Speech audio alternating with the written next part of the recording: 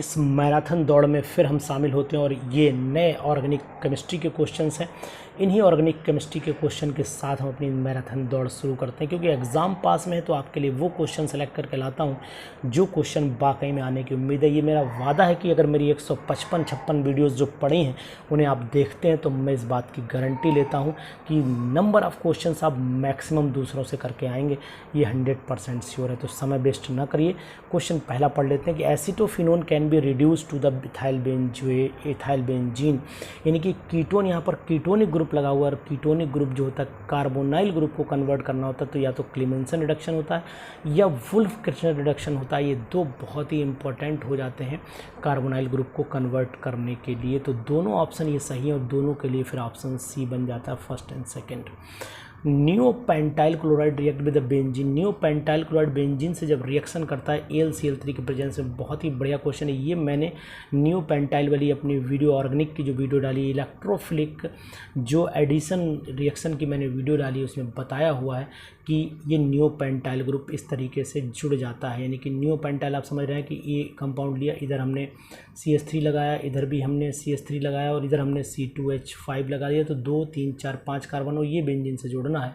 तो मीनिंग सिर्फ यही निकल के आता है कि फ्रीडल क्राफ्ट एल्काइलेशन रिएक्शन हो जाती है, क्योंकि AlCl3 लुईस एसिड की तरह इसमें यूज़ किया गया है।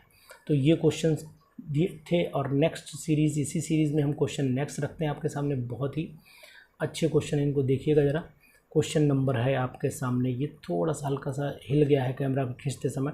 Question number 3, resonance form of the borazole या इनऑर्गेनिक बेंजीन। मैंने अपनी वीडियो में देखिएगा बेंजीन के जुड़वा करके एक वीडियो डाली हुई, इसमें देखिएगा बहुत ही अच्छा इसमें मॉलिक्यूल मिलेगा। तो ये दोनों एक दूसरे के स्ट्रक्चर हैं और ये दोनों बोराजोल के फॉर्म में एग्जिस्ट करते हैं जहाँ तक मुझे अनुमान है। तो फिर ऑप्शन जो है कि आपको मिलना चाहिए कि देख लेते हैं एक बार क्या है इसमें कि अच्छा ये ऑप्शन ए है, बी है, नीचे बोथ हैं ए और बी, तो यहाँ पर BHNBNBH करके दिया हुआ है यहाँ पॉजिटिव। तो एक्यूरेसी अगर देखी जाए तो फिर बी में एक्यूरेसी आएगी, ए में इतनी एक्यूरेसी नहीं आने वाली, क्योंकि पॉजिटिव नेगेटिव साइन की बात है यहाँ पर, केवल स्ट्रक्चर की बात नहीं चल रही। तो फिर आंसर इस क्वेश्चन का, क्वेश्चन नंबर 3 का जो आंसर है बी ही आएगा, एग्जैक्ट आंसर बी है। बर्च रिडक्शन ये मैं पहले भी पढ़ा चुका हूँ किसी वीडियो में। तो बर्च रिडक्शन में होता क्या है कि लिक्विड अमोनिया और सोडियम भैया जो होते हैं वो क्या product, birch reduction of the ऑर्थोजाइलिन, ऑर्थोजाइलिन को करेंगे तो बॉन्ड यूँ करके घूम जाते हैं। तो इसका मीनिंग हुआ कि बॉन्ड जो रोटेशन है फिर यहीं दिखाई दे रहा है मुझे, वो यही पॉसिबिलिटी है। तो फेरोसिन जो होता है वो पेंटाइल ग्रुप जो होते हैं, साइक्लोपेंटाडाइइनाइल जो ग्रुप होते हैं वो आपस में आयरन के साथ सैंडविच बना लेते हैं, तो आयरन भैया बीच में फंसे होंगे। तो मैग्नीशियम तो हटा ही दीजिए। बेंजाइल कार्बन, तो बेंजाइल भी नहीं होता तो ये भी हटा दीजिए। साइक्लोपेंटाडाइइनाइल एनाइन कॉम्प्लेक्स विद आयरन, ए लगा लीजिए, फिर ए आंसर इसका सही होगा। 6 question, increasing order of the dipole moment of the following, dipole moment का इंक्रीजिंग ऑर्डर क्या होगा। तो डाइपोल मोमेंट सबसे ज़्यादा किसका होना चाहिए वो आपको पता हो जाए।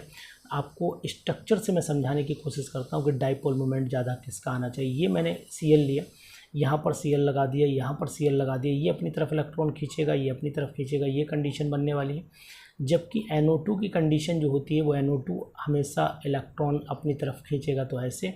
और OH जो होता है वो खींच नहीं पाता इलेक्ट्रॉन, ये सपोर्ट कर देता है, अंदर के इलेक्ट्रॉन डोनेटिंग ग्रुप माना जाता है, और CH3 तो इलेक्ट्रॉन डोनेटिंग है ही। तो इसका मतलब हुआ कि सबसे कमज़ोर जो हुआ वो डाइपोल मोमेंट एक दूसरे का जो कैंसिल हो रहा है वो, यानी कि कौन से ऑर्डर में है, इंक्रीजिंग ऑर्डर में लगाना है। तो सबसे ज़्यादा निकल के आना चाहिए मेरे हिसाब का कि एक ही डायरेक्शन में NO2 इधर खींच रहा है ना, एक ही डायरेक्शन में, तो फिर सबसे ज़्यादा इसी का आना चाहिए।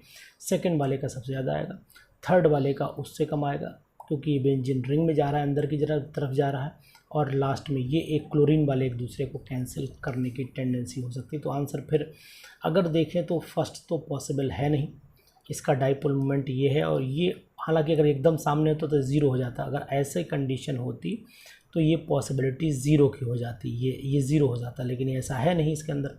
डाइपोल मोमेंट तो इसका है, लेकिन dipole moment as compare two methyl group जो है वो इसका फिर क्या हो जाएगा, कम हो जाएगा। थर्ड यानी कि आंसर फिर मेरे हिसाब से 6 का फर्स्ट तो ज़्यादा है नहीं, एक दूसरे को कैंसिल कर रहा है, और ये NO2OH वाला जो है शिफ्टिंग में है, तो यानी ये तो ज़्यादा है पक्का है। सेकंड वाला तो ज़्यादा है, सेकंड वाले में एक ही ऑप्शन है तो मैं सी ही लगाऊंगा फिर ऑप्शन इसका।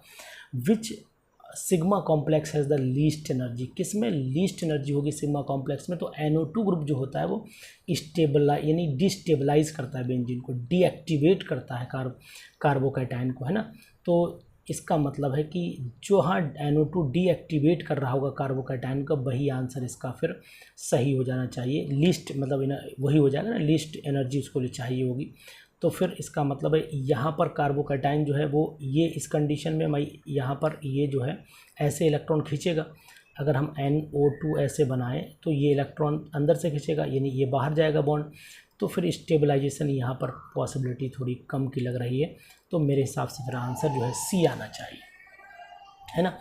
यानी जो भी ग्रुप है NO2 वो और एल्काइल ग्रुप भी डिस्टेबलाइज कर देता है कार्बोकैटायन को। तो जहाँ पर एनर्जी यानी मोर स्टेबल होगा तो लीस्ट एनर्जी उसके अंदर चाहिए, यानी कि लीस्ट एनर्जी होगी, more stable of least energy, इस बात ध्यान रखिएगा। तो फिर इसका मतलब फिर यही कंडीशन पॉसिबल होती है। चलिए आप अपना अनुमान भी बताइएगा, मुझे तो यही मेथड पता है, यही तरीका पता है, तो मैंने अपने भी हो सकता है आपको और भी तरीके पता हो। तो 8th में आइए, कंसीडर द फॉलोइंग स्टेटमेंट, यानी कि hyperconjugation help in increasing the electron density और ortho and para in case of alkyl group, ये तो बात सही है, ठीक है। इलेक्ट्रॉन डोनेटिंग ग्रुप, ये बात तो सही है, ये तो पक्का। Electron donating groups are activator, ये भी सही है बात, यानी फर्स्ट सेकंड दोनों बातें सही हैं। इलेक्ट्रॉन विड्रॉइंग ग्रुप्स आर, ये नहीं सही है। हैलोजन आर नहीं सही है। तो इसका मतलब फिर आंसर ए हो जाना चाहिए 8th का। 9th में आ जाइए। 9th क्वेश्चन कहता है which is the correct synthesis of metabromonitrobenzene. तो मेटाब्रोमोनाइट्रोबेंजीन में इसका मतलब है पहले में नाइट्रोनियम आयन डालोगे फिर नहीं बनेगा, पॉसिबिलिटी नहीं है। तो 9 का ऑप्शन जो है फिर बी ही सही होगा। पहले आप Br लगा दिए, फिर मेटा पोजिशन पे फिर आप Br लगा देंगे, तो फिर तो यानी कि नाइट्रोनियम आयन जुड़ेगा। और Br जो होता है वो मेटा डायरेक्टिंग का होता है, तो आर्थो पैरा डायरेक्टिंग होता है NO2। तो ए ऑप्शन इसका फिर सही आ जाना चाहिए। यानी सबसे पहले हमें NO2 जोड़ना है, सबसे पहले हमें NO2 जोड़ना है, तो यानी कि ए ऑप्शन इसका फिर सही आना चाहिए, ए ऑप्शन इसका सही आना चाहिए। ध्यान रखिएगा, कुछ क्वेश्चंस में पॉसिबिलिटी हो सकती है, यानी कि दोनों में इसमें meta, which of the following is correct for meta bromonitrobenzene, तो फिर ए ऑप्शन ही सही आएगा, बी ऑप्शन सही नहीं आ पाएगा, ये पक्का है, ठीक है ना। पहले NO2 जोड़िए फिर मेटा पे आ जाएगा अपने आप ब्रोमीन, और पहले Br जोड़ दिया फिर वो गलत हो जाएगा। तो फिर आंसर ए ही लगाना चाहिए, बी नहीं लगेगा, सी भी नहीं लगेगा, नन तो है ही नहीं। विच 10 बाई, इनमें अगर कहीं पर आपको लगता हो जैसे कि कुछ क्वेश्चन में आपको करेक्शन लग रहा हो तो बेफिक्र होकर बताइएगा, कोई दिक्कत वाली बात नहीं है।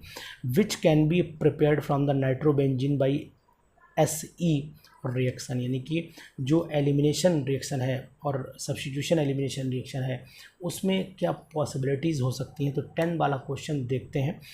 Which can be prepared from the nitrobenzene, तो नाइट्रोबेंजीन से ऑर्थोडाइनाइट्रोबेंजीन, मेटाडाइनाइट्रोबेंजीन, मेटाडाइनाइट्रोबेंजीन दो जगह दिया है, मेटाडाइनाइट्रोबेंजीन ही पॉसिबल है, ठीक है। इलेक्ट्रोफिलिक सब्स्टिट्यूशन रिएक्शन जो है, मैंने एलिमिनेशन बोल गया था, इलेक्ट्रोफिलिक सब्स्टिट्यूशन रिएक्शन की बात हो रही है, तो यही पॉसिबिलिटी है।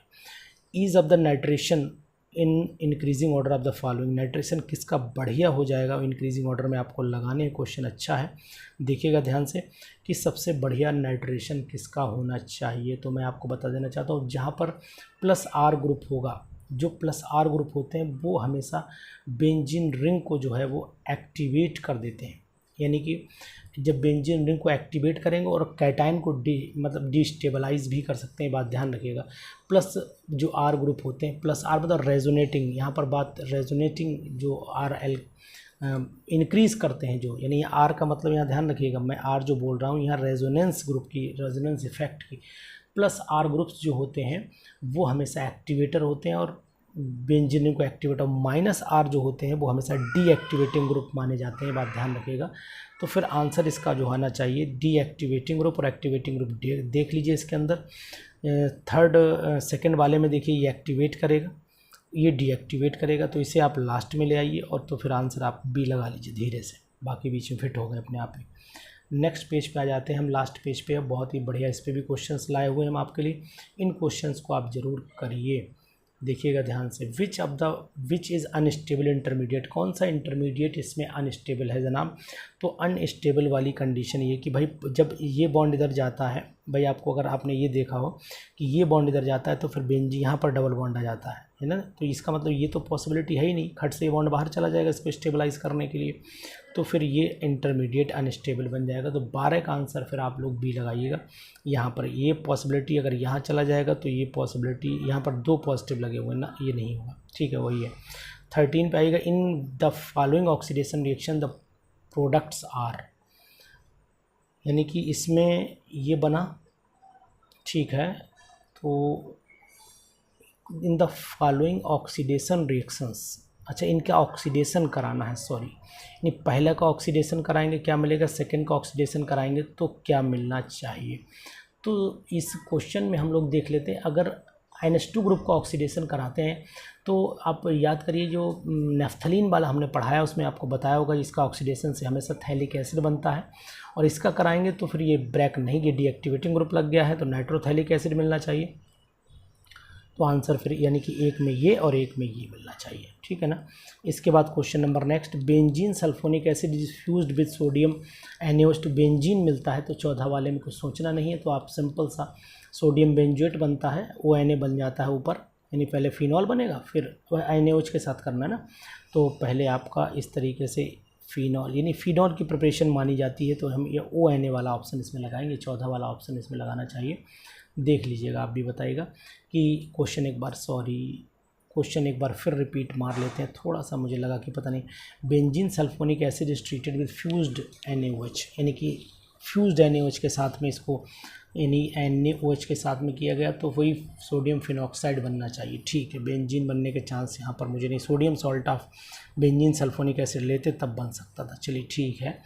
आगे बढ़ लेते हैं, नेक्स्ट क्वेश्चन देख लेते हैं। क्वेश्चन नंबर 15 पे देखिए, main constituent of sulphur drug, ये क्वेश्चन भी पीजीटी का है और ये बहुत ही इंपॉर्टेंट, सल्फर ड्रग का मेन कंस्टिट्यूएंट क्या होना चाहिए, वो मैंने आपको पढ़ाया था कि सल्फर ड्रग का मेन कंस्टिट्यूएंट है वो सल्फानिल एमाइड माना जाता है, यानी कि ये कंस्टिट्यूएंट मेन माना जाता है, तो इसको लगाइएगा। 16 पे आएगा, reagent used in the stages first and second, जो रिएजेंट फर्स्ट और सेकंड पे यूज़ होते हैं वो रिएजेंट कौन से हो सकते हैं, तो देख लेते हैं हम लोग। ये कंपाउंड है CH3 और ये है NO2 और ये है NO2, यानी कि 2 जगह NO2 लगा हुआ है। यहाँ पर एल्काइल ग्रुप है और एल्काइल ग्रुप का हम लोग जब इसका नाइट्रेशन करा रहे हैं, यानी कि नीचे NH2, यानी यहाँ पर रिडक्शन हो जाएगा तभी NH2 पॉसिबल है। इन दोनों में रिडक्शन हाई कंडीशन में हो जाएगा तभी पॉसिबल है दोनों तरफ NH2 ग्रुप आए, तो फिर 16 की पॉसिबिलिटी ये बन जाती है कि एक तरफ ए में जो आए, यानी कि ए प्रोडक्ट जो मिलेगा वो SnCl2 और HCl से मिलेगा, और यहाँ पर NH4 हाई कंडीशन में NH4HS मिलेगा, तो सिंपल सा है कि हम आंसर ए लगा लें। यानी कि अगर हमने NH4HS डाला तो हाइड्रोजन ज़्यादा प्रोड्यूस होंगे, और ज़्यादा प्रोड्यूस होंगे तो दोनों NO2 ग्रुप चेंज हो सकते हैं, इस बात का आपको ध्यान रखना पड़ेगा।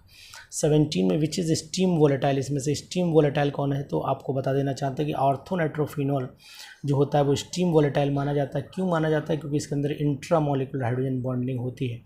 18 पे आ जाते हैं, Hofmann's bromamide degradation reaction involves the intramolecular migration of the aryl group which is the most which is in order when G is the OCH3, यानी कि G जो है वो OCH3 लगा हुआ है, और HCl NO2 इनमें से कोई भी ग्रुप हो सकता है। तो कह रहा कि Hofmann's bromide degradation reaction involve the intermolecular migration of aryl group which is in the order, यानी कौन से ऑर्डर में होने चाहिए। तो आपको बता दें यहाँ पर +R इफेक्ट आप देखिएगा, R का मतलब यहाँ पर रेजोनेंस इफेक्ट है, तो presence of +R effect on the ring facilitate the migration, तो +R कौन बढ़िया शो करेगा वो आपको देखना पड़ेगा। तो इसका मतलब है बढ़िया +R सबसे अच्छा OCH3 होगा, फिर H फिर Cl, यानी ये -R में आ जाएगा, तो फिर B आंसर आपका आना चाहिए। 19 पे आ जाएगा, acidity of phenol is increase due to the presence of, अगर हम लोग इलेक्ट्रॉन विड्रॉइंग -R वाला ग्रुप देखें तो यहाँ पर 19 का A लगा लीजिएगा, यानी कि acidity of the phenol is increased, acidity of phenol is due to the presence of the following except except कर रहा है ना कि ये तो क्या करेगा, ये NO2 तो बढ़ा देगा। एक्सेप्ट में तो फिर ऑप्शन जो है वो डी आ जाएगा, क्योंकि ये सपोर्ट करता है, ये ना खींचता नहीं अपनी तरफ इलेक्ट्रॉन। और 20 क्वेश्चन का ऑप्शन इसमें नहीं दिया है, पन्ना पूरा शायद यूज़ नहीं हुआ है। चलिए इसे हटा दीजिए। तो ये क्वेश्चंस मैंने आपको बताए, 19 क्वेश्चन इसको करिएगा और करने के बाद आप बताइएगा ज़रूर कि आपको कैसा महसूस होता है। Thank you, bye bye.